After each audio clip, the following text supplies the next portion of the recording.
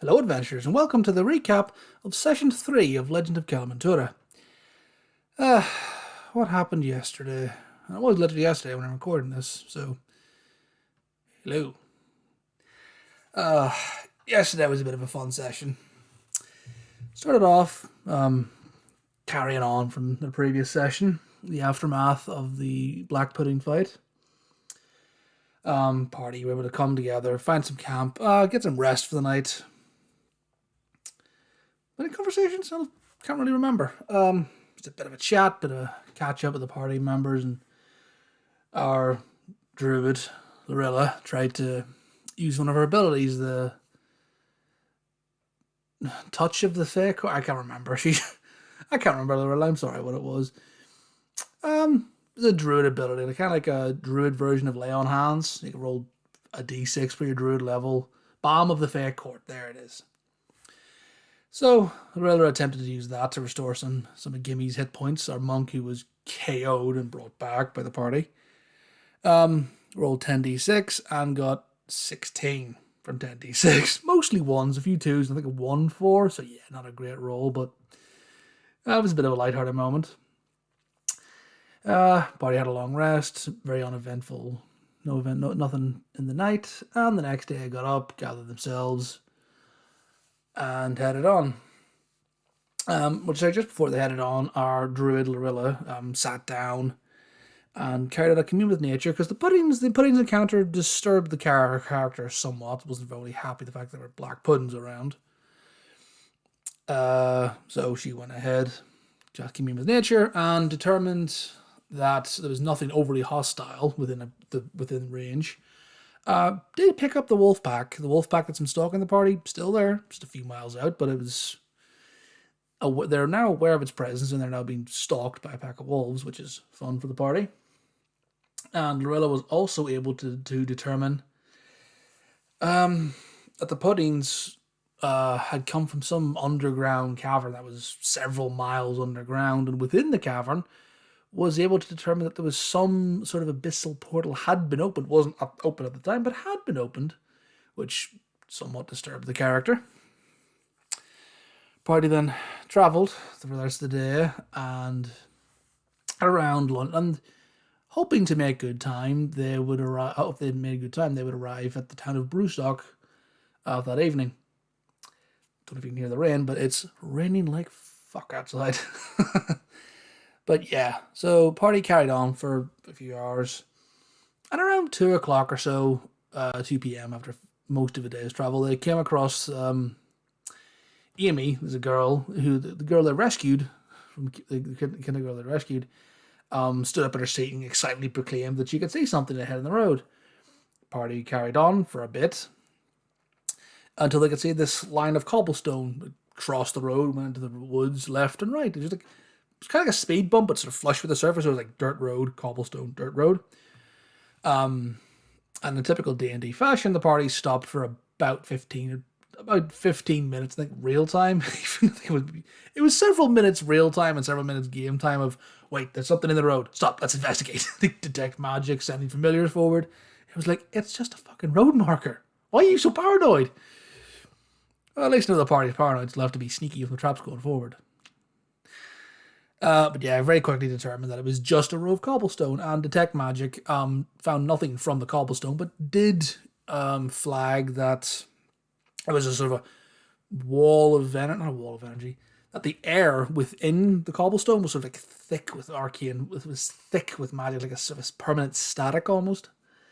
Once the party eventually gathered up and crossed over, our druid, Lorilla, who follows Toromir, my homebrew god of nature, the wild mother, if you will, found that this sort of energy was, you feel this sort of warm, powerful sensation, which mechanically, from a mechanic standpoint, gave her a D4 to all spell attack rolls and damage rolls. So, nice little boost for the druid.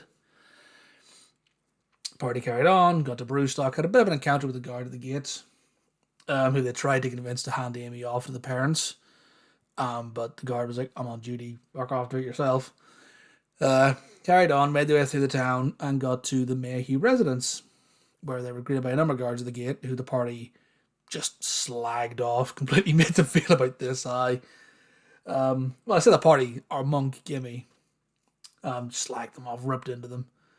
And after a conversation and Amy being there, they were admitted into the grounds, went up, were admitted into the house, met a bodyguard, this massive Goliath bodyguard who introduced them as people escorting Amy. That's a terrible impression, but that's yeah, not he's a Goliath. Bit of fun, bit of crack. And then went in, met the manservant, or butler, if you will, of the residence, a wizard called Francis, who brought the party, ushered the party into a drawing room, opened a drinks cabinet using thaumaturgy, or some sort of telekinetic style magic, and invited them to help themselves to a drink, and went off to summon the man and woman of the house, or I said the lord and lady of the house, but they're not actually a lord and lady. They're not of nobility. Just a term I was using in the campaign. But the party promptly helped themselves to some drinks. Our bard and paladin, who were friends in real life, fucked with each other, for lack of a better word. Some fuckery involving mage hand and spilling of red wine and casting of a minor illusion and prestidigitation and all sorts of chaos. And meanwhile, our druid, who was a hermit's background, was fascinated by everything in the house. And ended up sort of running her hands over all the soft furnishings. And whenever the Braun and Sarah Mayhew, the parents of the house, the parents of Amy, were brought in and introduced by Francis, she was on her hands and knees running her fingers through the carpet like, look at this is so nice. Fucking hermit. Amy was returned. The parties of conversations were had about whether or not, about some letters the party had acquired. Particularly one that pertained to a ransom letter.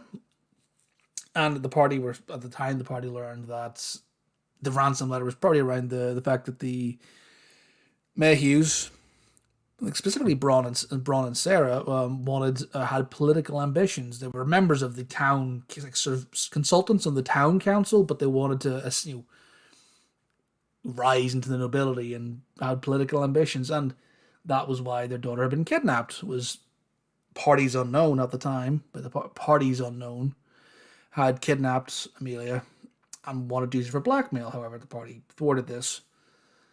A few conversations, a bit more information was exchanged, and the party was rewarded by the Mayhews with some gold, alcohol. Our paladin, Bjorn, paladin wizard, I should say, had a conversation with Francis, and some spells were agreed to be exchanged. And you helped. Oh well, of course, young Bjorn, you helped you helped return young Miss Amy to the house. Of course, I'm more than willing to help. And Bjorn was allowed to transcribe the identify spell, and in return, Francis copied some spells from Bjorn's spellbook, or rather the spellbook Bjorn had acquired from the mage they'd killed previously. And Lorella also decided she wanted to take a pillow from the Mayhew residence, because when you're a hermit and you find a comfy pillow, why wouldn't you? But anyway, party were happy with that, and the party left some companions behind to observe the house, see if there's anything sketchy going on. The party carried on and made their way to the tavern in the middle of the town called the Drunken Banshee. Upon entering, they met the currently manager and the founder on the sort of father-son team, Adam and Sean Brewson. Brew, son, literally. One of whom was a monk, another one was a barbarian, and Sean, the barbarian, was a veteran of the Pangean Salazan conflict, which I'll do another video on that just for context. It'll be good to have.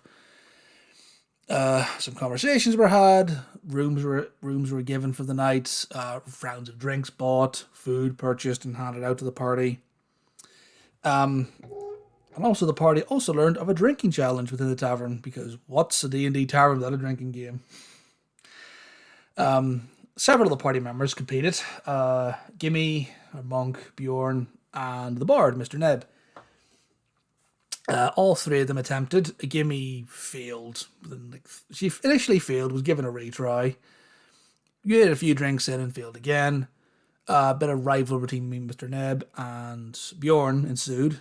And after a number of drinks, our wizard, Bjorn, used one of his portents, because he's a divination wizard, to basically make Mr. Neb auto-fail, which resulted in Mr. Neb storming out, going up to the room and fucking around with Bjorn's familiar who was up in the room. Meanwhile, Bjorn went down, did pretty well on the challenge, got to drink number 7 before failing, unfortunately. But then decided, no, I'm going to carry on. That's a terrible... Bjorn doesn't have an accent. He hasn't been established at this point if he does or not. But decided, nah, I'm going to carry on. Bugger this. You owe me 4 more drinks, holding up his symbol of Baradoon, the god of challenge. My interpretation of Cord. And went through the rest of the drinks. Succeeded in all of them, all the way up to number 10, which he thereby failed. The number 10, of course, being Banshee's Bane. If you succeed on that saving throw, at the final saving throw, you're able to scream like a banshee at will for an hour. However, Bjorn failed, and his vocal cords were tightened, and the spirit like this, like he was on helium for an hour. So this big tough paladin wizard suddenly speak like this. Yeah, that was a bit of fun. And then the party. Oh, meanwhile, while the drinking competition was going on, Lorilla was just sitting down, eating, drinking, just enjoying herself, being in the material plane and just sampling all the earthly delights. Also noted that there was a sort of a soup kitchen built into this tavern. There was some local poor, some veterans of the war. Just showing the sort of the darkness, not the darker side, the side that's not as talked about maybe in society. So the poor, the wealthy, the poor, the less fortunate. And sort of bonded with a young local girl called Susie. It's a small girl, maybe 5 or 6 years old. Came over and had some food with Lorilla and sort of had a small bit of bonding. And Lorilla was also able to read the lips of gain some information from a couple of conversations from a couple of veterans. Veterans just talking about swapping war stories, general chit chat between the two of them. And then they revealed some information about some recent Knoll attacks. That for the past number of weeks and months, there had been some small raids had been done either on farms near the town, or more recently some small raids into the town. Nothing major, but just some very small raids. And the last piece of information was, well, if that was me, two veterans talking, well, if that was me, that sounds like they're just probing. It's like intelligence guy and they're finding weak spots. That was where the conversation was left off. Party then retired for the evening. And after 2 or 3 hours of sleep, they were all awoken by the ringing of bells. Ding, ding, ding, ding, ding, ding, ding, ding, ding, ding, out from outside. What the hell? Opened a window and heard the bells ringing all around the town. And were able to look up down the main thoroughfare, so that the main gate to the town that they had entered previously was on fire. And then, shortly after this revelation, Adam, Bruceson, came back in and announced that the town was on fire, the town was under attack, and would the party help? And we ended the session there because it had rolled. We ended the session there. So next session, the party are going to start off with some hopefully some interesting combat, and we'll see where things go from there. But I have some hopefully good stuff in the next session, some combat, some more story stuff. We'll see what happens, but you have to tune in and see what happens next time. So until then, adventures. See ya.